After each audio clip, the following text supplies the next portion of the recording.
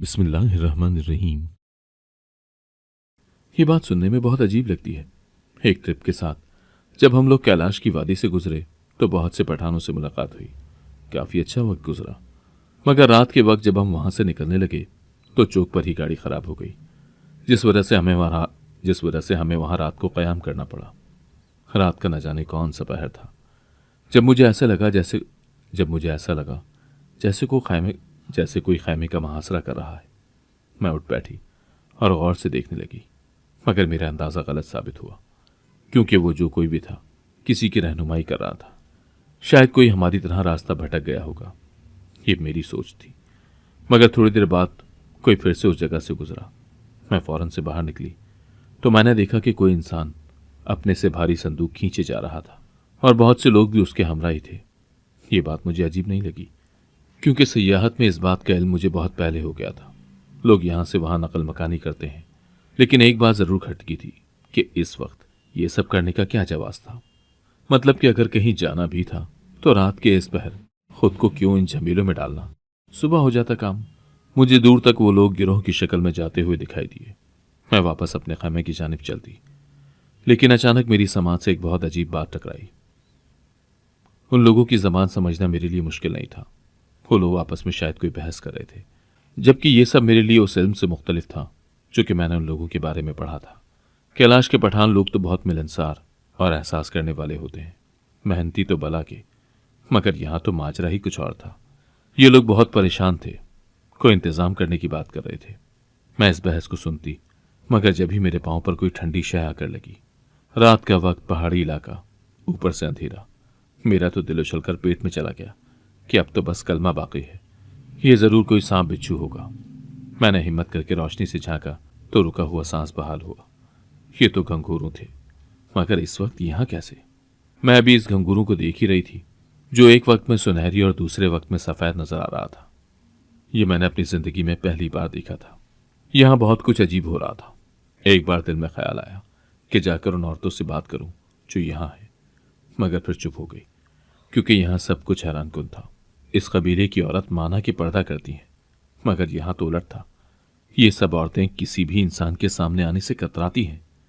मैंने बहुत बार इनको मुखातिब किया, मगर इन्होंने कोई खास जवाब नहीं दिया। उल्टा मुझे ही शर्मिंदगी हुई कि मैंने इनको क्यों मुखातिब किया। यहाँ के सरदार, जो कि काफ़ी सख्त मिजाज थे, मेहमान नवाजी के मामले में काफ़ी फहम नजर आए। अच्छे से हमारा खाना और रहना सहना संभाल लिया। आज के दौर में भी ऐसे रख रखाव वाले लोग थे। पठान लोग होते ही रिवायती थे। यहाँ की बच्चियां भी एकदम गुलाब जैसी थी, नाजुक मोम की गुड़िया। मगर उनसे भी सुबह मुलाकात हुई तो प्यार से गाल छूने चाहे तो वो बिदक कर ऐसे पीछे हुई जैसे मैं कोई आग का शोला हूं। खैर, आज के दौर का मुकाबला किया जाए तो सही है, बच्चियों को इतना खबरदार होना चाहिए। सोचो कि समंदर में गर्क अचानक किसी आहट पर होश की दुनिया में वापस आई। मुझे खौफ महसूस हुआ। ये लोग न जाने किस जंग के लिए निकल रहे थे। इस इलाके में सैलाब आ गया था। सब यहां से वहां दबे पहुंच आ रहे थे। किसी को किसी की फिक्र नहीं थी, लेकिन ये सब हो क्यों रहा था? एक जगह कीचड़ थी। लालटेन की रोशनी में देखा तो मालूम हुआ ये तो खून है। उस वक्त यहाँ के हालात के मुताबिक एक आम सी बात भी झंझोड़ रही थी। याद आने पर अपनी ही अकल पर मातम करने का दिल किया। पठान लोगों की खुराकी दुम्बा था, फिर ये सब तो आम बात है। उनके खाने बहुत लजीज थे। उन सब में यही बात अजीब थी कि एक ही खाना तीनों वक्त में किसको पसंद होता है। शायद यही इन लोगों की खुराक हो। ये सब हर उस इंसान के लिए नया होगा जिसने आज से पहले ये सब नहीं देखा होगा। वो घंघोरू बार बार रंग बदल रहा था, वजह भी मालूम नहीं। देखते ही देखते सन्नाटा छा गया। फजर की अजान से पहले ही अफरा तफरी मच गई। बाहर जाकर देखा तो नींद उड़ गई। ये सब था, मतलब कि कैसे सारी औरतें एक साथ लाइन में खड़ी थी, मगर हनूस चेहरे पर अपने कद से भी बड़ी चादर ओढ़े हुई थी। उनके जिस्म का कोई हिस्सा नुमाया नहीं हो रहा था। और ये सब क्यों था, इसका इल्म भी किसी को नहीं था। यहाँ की अब ये कौन सी रिवायत थी जिसने इस वक्त सबको हाजिर कर लिया था? वहीं ऊँट में खड़े रहकर बस अंदाजे ही लगाए जा सकते थे। असल वजह तो जानने का मकसद था नहीं। किसी ने शायद देख लिया। कोई था जो चाहता था कि वहीं से ये तमाशा देखा जाए। 1 मिनट, 2 मिनट, तकरीबन 15 मिनट बाद कुछ और नकाबपोश औरतें आईं, मगर उन्होंने अपनी मखसूस ज़बान में कुछ बातें की और एक के बाद एक झुक कर आगे उस सिमत में चलती गई जहाँ कुछ देर पहले वो सारे मर्द गए थे। मगर कहाँ, ये नहीं पता था। कुछ देर बाद फिर से वही सन्नाटा छा गया। एक के बाद एक तजस्सुस थे। अचानक कोहराम बर्पा हो गया। यहां से वहां गदर मच गया। इस सब में मेरे साथी भी जाग गए। पहली बार ये मंजर देख रहे थे। खैमा चीजें यहां से वहां फेंक रहे थे, मगर बैठे बिठाए न जाने उनको क्या सूझा। हमें खड़ा देखकर सरदार आया और एक सिमत इशारा करके वहां भेज दिया। सब लोग वहीं चले गए। बाकी खैमों की निस्बत ये इलाका काफी बड़ा और बेहतर था, मगर एक बात अजीब थी। इस जगह सब्ज रंग की रोशनी थी जो कि आंखों को नागवार गुजर रही थी। अजीब सी बेचैनी हो रही थी।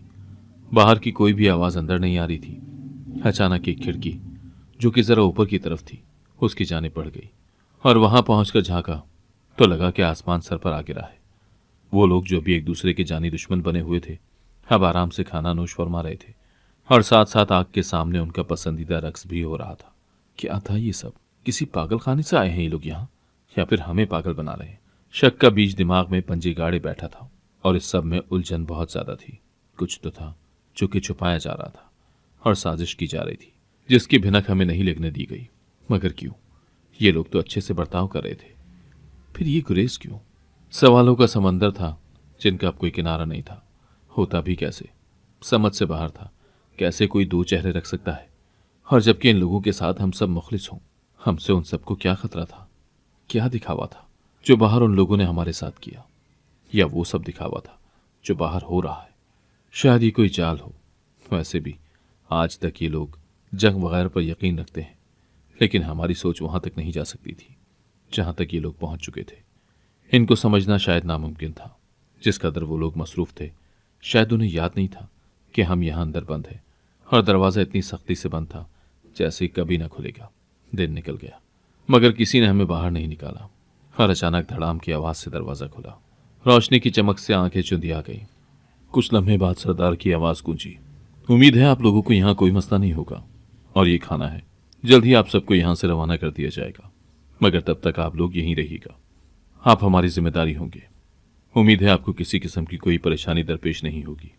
अपनी बात कहकर सरदार ये जाओ और वो जाओ। ताज़ा खाना हमारे सामने मौजूद था। खुशबू इतनी लजीज थी कि ना चाहते हुए भी हम सब ने वो खाना खा लिया। मगर जैसे ही पानी पीना चाहा तो अचानक हाथ पांव में सकत नहीं रही और देखते ही देखते अंधेरा छा गया। मुझे होश आया तो खुद को एक हवेली नुमा जगह पर पाया। उस कमरे में दो दरवाजे थे मगर दोनों ही बंद थे।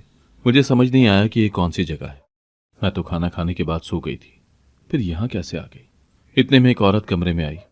मैंने उसे देखा तो बेजारी से बोली, तुम ये इतना लंबा घूंघट ओढ़कर मेरे सामने मत आना। अजीब लोग हो, एक वक्त में छुपते हो, दूसरे ही लम्हे अलग रंग बदल लेते हो। मैं अभी कुछ और कहती, इससे पहले मेरी नजर उस औरत के पांव की तरफ गई। मैं झटके से उठ बैठी। मैंने उससे कहा, ये घुंघरू, इनका क्या राज है? तुम लोग कौन हो? उस औरत ने कहा, तुम अभी खामोश हो जाओ, ये वक्त सही नहीं है। मैं रात के दूसरे पहर तुम्हें खुद आकर मिलूंगी। मेरा जवाब सुने बगैर वो औरत चली गई। मैं अब क्या कर सकती थी सिवाय इंतजार के। रात के तकरीबन दूसरे पहर वो औरत कमरे में आई तो मेरी हैरत से आंखें खुल गई। इतना मुकम्मल हुस्न मैंने पहले नहीं देखा था।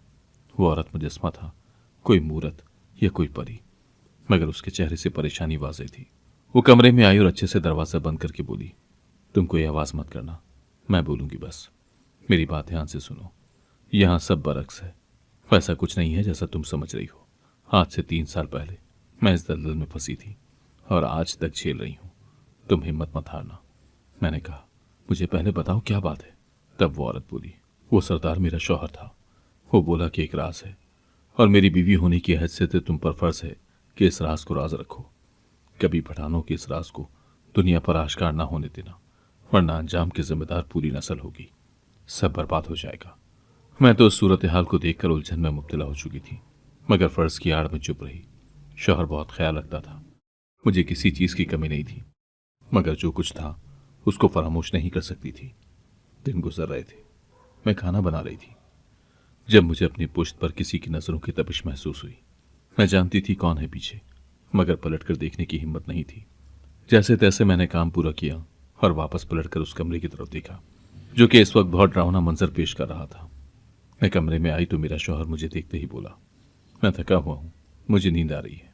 मैंने कहा कि अच्छा आप सो जाएं। थोड़ी देर तक मैं भी नींद की वादी में खो गई। रात को अचानक मुझे घबराहट हुई तो मैं उठकर बैठ गई। अचानक मेरी नजर अपने पहलू की तरफ उठी। मेरी नींद फौरन उड़ गई। वक्त देखा तो रात के 3 बज रहे थे। मेरा शौहर न जाने कहाँ था। मुझे फिक्र लाहक हुई। ये वाकया पिछली रात भी हुआ था, मगर मैं अपने शौहर से कुछ पूछ न सकी, और आज ये सब होना मुझे तशवीश में मुब्तला कर गया था। मैं अपनी उंगलियों को चटखाती रही, फिर हिम्मत करके कमरे से बाहर निकल गई। ये सब क्या था? मैं आज फिर उनकी हरकत पर हैरान थी। आधी रात को आंख खुली तो खुद को कमरे में तन्हा पाया। मेरा दिल किसी अनहोनी की खबर दे रहा था। आखिर ये सब मेरी जिंदगी में हो क्या रहा था? मैं कभी सोच भी नहीं सकती थी कि ये अजीब वाकयात मेरे साथ यूं रोनुमा होंगे। मैं चप्पल पाँव में अड़सती बाहर आई और चारों तरफ निगाह दौड़ाती उन्हें ढूंढने लगी। दिल में मुख्तलिफ ख्यालात जन्म ले रहे थे कि इतनी रात को वो जा कहाँ सकते हैं। मैं बाहर आई तो पूरे घर में सन्नाटे का राज था। किसी भी जी रूह की आवाज़ सुनाई नहीं दे रही थी। मुझे शदीद अंधेरे से खौफ सा भी महसूस हुआ। अचानक मुझे लगा कि मेरे पीछे कोई है। मैं खौफ से जर्द पड़ गई। जो ही मैंने पीछे मुड़कर देखा तो आसान खता हो गए। पीछे ही मेरे शौहर स्याह लिबास में मलबूस सालों से बंद उस कमरे की तरफ चले जा रहे थे जहां मैंने कल किसी का साया महसूस किया था। मैं छुपकर उनके पीछे चलने लगी। वो बड़े बेचैन से नजर आ रहे थे। मैंने उनके पीछे फूंक फूंक कर कदम रख रही थी कि कहीं वो देख न लें। उन्होंने एक नज़र इधर उधर देखा और कपकपाते हाथों से ताला खोलने लगे। वो उस कमरे के अंदर बंद हो गए। मैं हैरान परेशान सी सारा माजरा समझने की कोशिश कर रही थी। मैंने दरवाजे की तरफ से झांकने की खूब कोशिश की, मगर कुछ सुझाई न दिया, क्योंकि पूरा कमरा अंधेरे में डूबा हुआ था। असल मुद्दे की बात यह थी कि मेरे शौहर उस अंधेरे कमरे में क्या कर रहे थे। मैं दीवार की ओट में छुपी उनके बाहर आने का इंतजार करने लगी। मैं खुद उस वक्त कश्मकश में थी। कौन सी ऐसी बात थी जो वो मुझसे छुपा रहे थे? करीबन आधे घंटे बाद वो वापस आए तो उनका जिस्म पसीने से शराबूर था। वो काफी घबराए हुए लग रहे थे। उन्होंने जल्दी से कमरे को ताला लगाया और सीधा घर से बाहर चले गए। उनके कदम लड़खड़ा रहे थे। चेहरे पर अजीब तासुरात थे। उनको समझना मुझे मुश्किल तरीन काम लगा। फिर उनकी वापसी सुबह को ही हुई। रात भर मैं उनका इंतजार करती रही कि उस कमरे के राज के बारे में जान सकूं। जब वो वापस आए तब तक मेरी आंख लग गई थी। मैंने अगले रोज उनसे पूछा तो वो सख्ती से डपट गए कि मैं फजूल वहमों को दिल में पाल रही हूं। ऐसी कोई बात नहीं। अब तो ये हर रात का मामूल बनने लगा। वो रोज उस बंद कमरे में जाते और घबराहट के आसार लिए वापस आते। कुछ तो अजीब था जो मेरी निगाहों से ओझल था। बस मुझे किसी भी तरह उस रात से पर्दा उठाना था। जो कुछ मैंने देखा था वो कोई आम बात बिल्कुल नहीं थी, और शौहर का मुझे टोकना, सख्ती करना मुझे बहुत कुछ सोचने पर मजबूर कर गया था। अब बस उस कमरे के राज से पर्दा उठाना मेरा मकसद बन चुका था। मेरे शौहर का बिगड़ता रवैया, उनकी परेशानी उस कमरे के राज में ही पोशीदा थी। इसीलिए मैंने तहैया कर लिया था कि हर हाल में इस पहेली को सुलझा कर रहूंगी।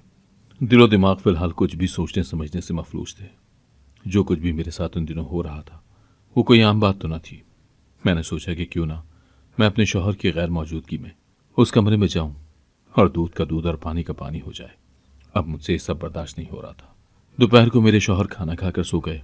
मैंने सोचा कि यही सही वक्त है उनकी दस्तरस से चाबी लेकर उस रात तक पहुंचने का। मैं बहुत आहिस्ता आहिस्ता से चलती हुई कमरे में गई, मगर अपने शौहर के खराटों की आवाज़ें सुनकर मुझे कुछ ढारस मिली कि हाँ, अब वो सच में सो रहा है। मैंने उनकी कमीज से चाबी निकालनी चाहिए, मगर उसी लम्हे बाहर दरवाजे पर दस्तक हुई। मैं डर कर कमरे से बाहर भाग आई। मुझे लगा कि अब मेरा शौहर मुझे नहीं छोड़ेगा। अचानक दरवाजे पर दस्तक हुई तो मैं दरवाजे की सिमत बढ़ी, मगर इससे पहले ही मेरे शौहर की आवाज़ मेरी समाज से टकराई। तुम रहने दो, मैं देखता हूँ। मैं बावर्ची खाने में चली गई। थोड़ी देर बाद मुझे कुछ आवाज़ें सुनाई दी तो मैं भी बाहर चली गई। बाहर जाकर देखा मेरा शौहर किसी औरत के साथ बैठा हंस रहा है। मुझे बहुत बुरा लगा, मगर फिर खुद पर काबू रखते हुए मैंने उनकी महफिल का तसलसल तोड़ा। उस औरत ने जब मुझे देखा तो गैर दानिस्ता तौर पर बोली, आप तो इनकी। वो अभी मजीद कुछ कहती, मेरे शौहर ने एकदम उसको कोई इशारा दे दिया, जिसको समझते ही वो खामोश हो गई। मगर मेरी आंखों ने यह मंजर बहुत ध्यान से देखा। मेरे शौहर ने बताया कि यह उनके फूफो की बेटी है, बस मिलने आई है। मैंने कहा कि ठीक है। मुझे वहां कुछ अजीब सा एहसास हुआ। उस लड़की के हाथ में कुछ तो था, कोई काले रंग का थैला था जो कि वो मुझसे छुपाने के तरद्दुद में मसरूफ थी। वो औरत कुछ देर बैठी और चली गई। उसके जाने के बाद मुझे एहसास हुआ जैसे उस घर में कोई खुशबू चारों तरफ छाई हुई है। मैं जब जिस जगह से गुजरती मुझे लगता कोई मुझे देख रहा है। मेरे शौहर ने देखा कि मैं बार बार घर के चक्कर लगा रही हूँ तो उसने पूछ लिया कि आखिर क्या बात है। मैंने उसे बताया कि मुझे घर में से पुरस्कार से खुशबू आ रही है, आपको नहीं आ रही? मेरे शौहर ने कहा कि मुझे ऐसी कोई भी खुशबू महसूस नहीं हुई। मुझे लगा कि शायद मेरा वहम है, लेकिन अगले दिन जो बात मेरे सामने आई उसको देखकर मुझे सब कुछ समझ में आ गया। हाँ, इसलिए मेरे शौहर को कोई खुशबू नहीं आ रही थी। आती भी कैसे? मुझे झूठा साबित करना उसका मकसद था। मुझे लगा शायद उस कमरे से ज्यादा बड़ा राज उस औरत और मेरे शौहर के दरमियान का है। अचानक वो औरत वापस कहीं चली गई। जब मैंने अपने शौहर से पूछा कि वो कहाँ गई है तो उन्होंने टालने वाले अंदाज में कहा, वो गई, शायद गांव में कोई काम था। मैंने कहा, अच्छा, वो किस गांव से आई थी? मेरे शौहर ने कहा, तुम क्यों बार बार एक ही सवाल बदल बदल कर पूछ रही हो? मैंने इत्मीनान से जवाब दिया, नहीं, ऐसा कुछ नहीं है, बस मैं तो हैरान थी कि कैसे वो अचानक चली गई। शायद उसका कोई मकसद हो। यहां मेरे शौहर ने मुझे घूर कर देखा। मैं अंदर कमरे में चली गई, मगर जान चुकी थी कि कुछ तो है जो ये लोग मुझसे छुपा रहे हैं, मगर ये पहेली सुलझ ही न सकी। वो औरत बोल रही थी और मैं सारे ताने बाने जोड़ रही थी। हाँ, यही तो दोगलापन है उन लोगों का, यानी मुझसे पहले भी उन्होंने बहुत से लोगों को अपने जाल में फंसाया है। अब मैंने तय कर लिया था कि मैं हर हाल में इस दरवाजे का राज जानूंगी।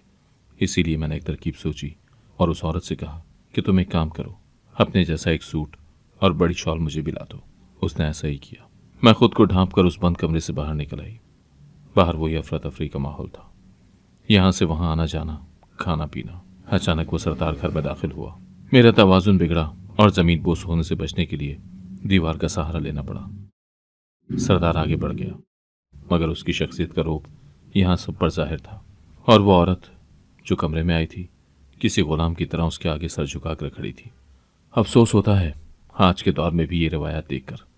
खैर, उस हवेली नुमा घर का मुहासरा करने के बाद दरमियान वाली मंजिल पर वो कमरा देखा जिसका जिक्र उस औरत ने किया था। जो भी करना था सोच समझ कर करना था, क्योंकि अब एक गलती भी जान का वबाल बन सकती थी। इस बात को समझते हुए वहां से हटना मुनासिब रहा। जैसे ही इस मंजिल से बाहर निकली तो सामने सरदार को आता देखा। उसने नहीं देखा। मैं जल्दी से ओट में चली गई और सरदार से छुप गई। उसने वही किया। पहले अच्छे से दरवाजे के चारों तरफ देखा, फिर पूरे हॉल में नजर दौड़ाई। अचानक से दरवाजा खोलकर अंदर चला गया और दरवाजा बंद कर दिया। मेरी समझ में सारी बात आ गई। सरदार के कमरे में बंद होते ही मैं भी जल्दी से बाहर निकली और वापस उसी कमरे में चली गई जहां कैद थी। मेरी घबराहट बढ़ती जा रही थी। कुछ तो था जो कि बहुत बड़ा था। उस सरदार के चेहरे की तमाजियत बहुत भयानक थी। मैं भी सोच में गर्क थी जब मुझे महसूस हुआ कि कोई उस कमरे में आने वाला है। मैं तेजी से एक तरफ कोने में ऐसे लेट गई जैसे बेहोश हूं। अगर कमरे में अंधेरा ना होता तो आने वाला जान जाता कि मेरा पूरा वजूद कांप रहा है। मैंने हवास बहाल की और लेटी रही। उस शख्स को नहीं देख सकी। वो दरवाज़ा बंद करके जैसे आया था वैसा ही चला गया। मुझे हैरत हुई कि कौन था। शायद सरदार होगा। वही इतना खामोश तबीयत का मालिक है, मगर वो मुझे क्यों देखने आया था? उसकी मुझसे क्या दुश्मनी है जो वो मुझे नज़रों में रखे हुए है? अगर मैं वापस यहाँ कमरे में ना आती तो न जाने क्या गज़ब हो जाता। मुझे यहाँ से निकलना था, मगर उस रंगीन घुघरुओं की गुत्थी को सुलझाकर कैसे करूँ ये सब कुछ?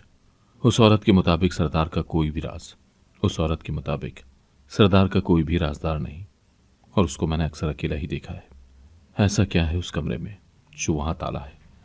सरदार की बीवी तक उस कमरे में नहीं जा सकती। न जाने कौन से राज दफन है।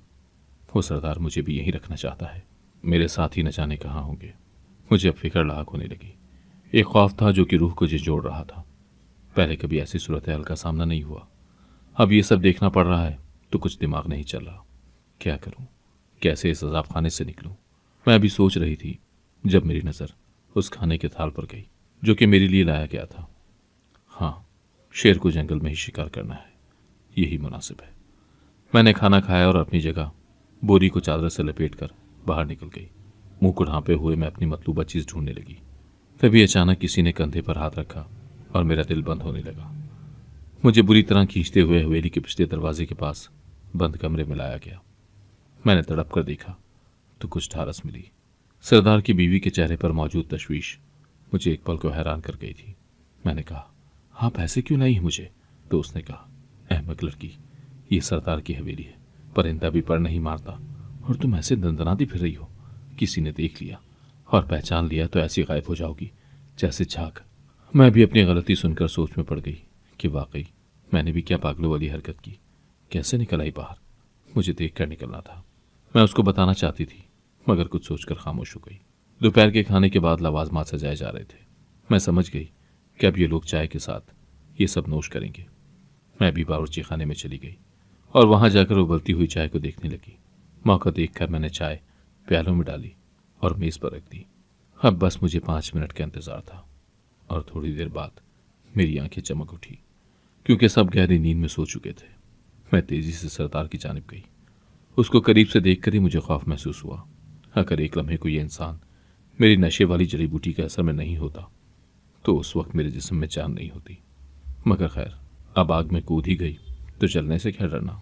मैंने वो चाबी ली जो कि सरदार की बीवी के मुताबिक उसकी जेब में थी और तेजी से दूसरी मंजिल की जानिब भागी। ताला खोलते हुए मुझे ऐसा लगा जैसे उसके पीछे मेरी जिंदगी ही कैद हो। दरवाजा बरकी रफ्तार से खुलता चला गया।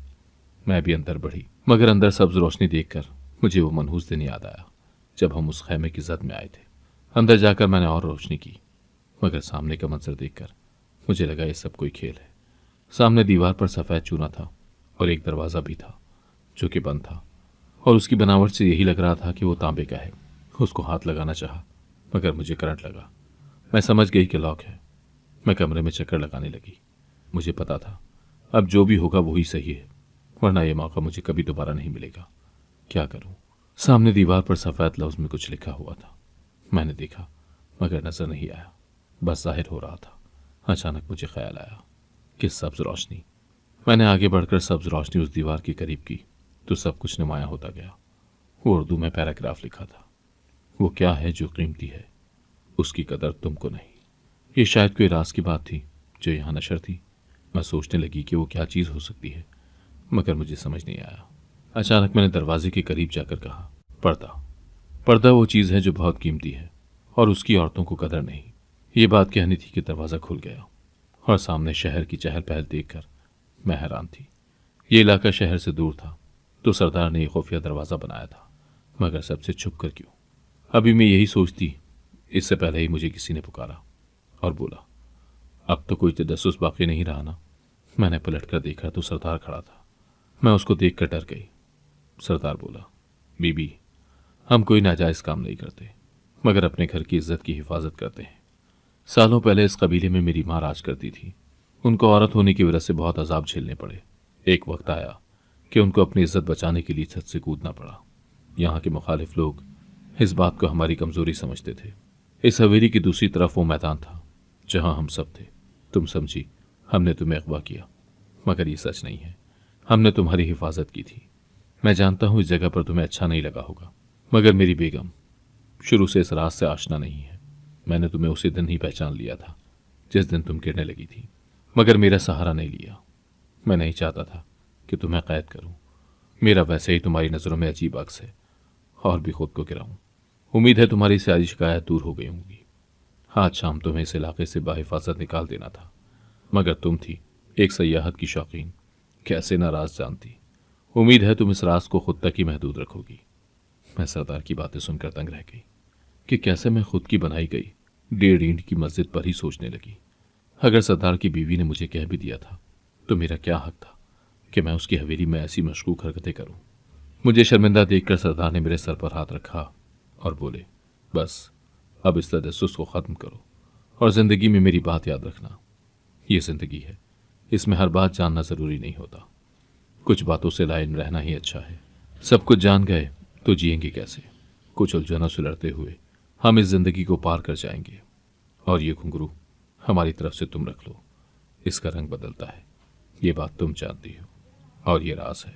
अगर तुम इस राज को राज रख सकती हो तो याद रखना, तुम बहुत से पहाड़ सर कर सकती हो। मैंने मुस्कुराकर इस बात पर सर हिलाया। उस दिन ही शाम को हम वापसी के लिए निकल गए। इस अरसे में मुझे काफ़ी कुछ सीखने को मिला था। वाकई हम इंसान कैसे किसी भी बात में आकर कोई भी जंग लड़ने लग जाते हैं। ये तो अकल वालों के काम नहीं होते। खुश रहने के लिए मुतमईन रहना ज़रूरी होता है। बस यही तो एक बात है जो हमें देर से समझ में आती है, मगर ये देर काफ़ी बाद आती है। इस देर में हम बहुत दूर निकल जाते हैं, शायद रिश्तों से, अपनों से, या फिर खुद से। दुनिया क्या करती है फ़र्क नहीं पड़ता। हमें फ़र्क इस बात से पड़ना चाहिए कि हम क्या कर रहे हैं। इंसान जब तक नहीं बदल सकते जब तक खुद न चाहें। खुद को जानना दूसरों को जानने से बेहतर है। अगर आपको आज की कहानी पसंद आई है तो वीडियो को जरूर लाइक कीजिएगा और अपने दोस्तों के साथ भी शेयर कीजिएगा। और हाँ, अगर आपने अभी तक हमारा चैनल सब्सक्राइब नहीं किया तो जरूर सब्सक्राइब करें। मिलते हैं कल एक नई और दिलचस्प कहानी के साथ। अल्लाह हाफिज।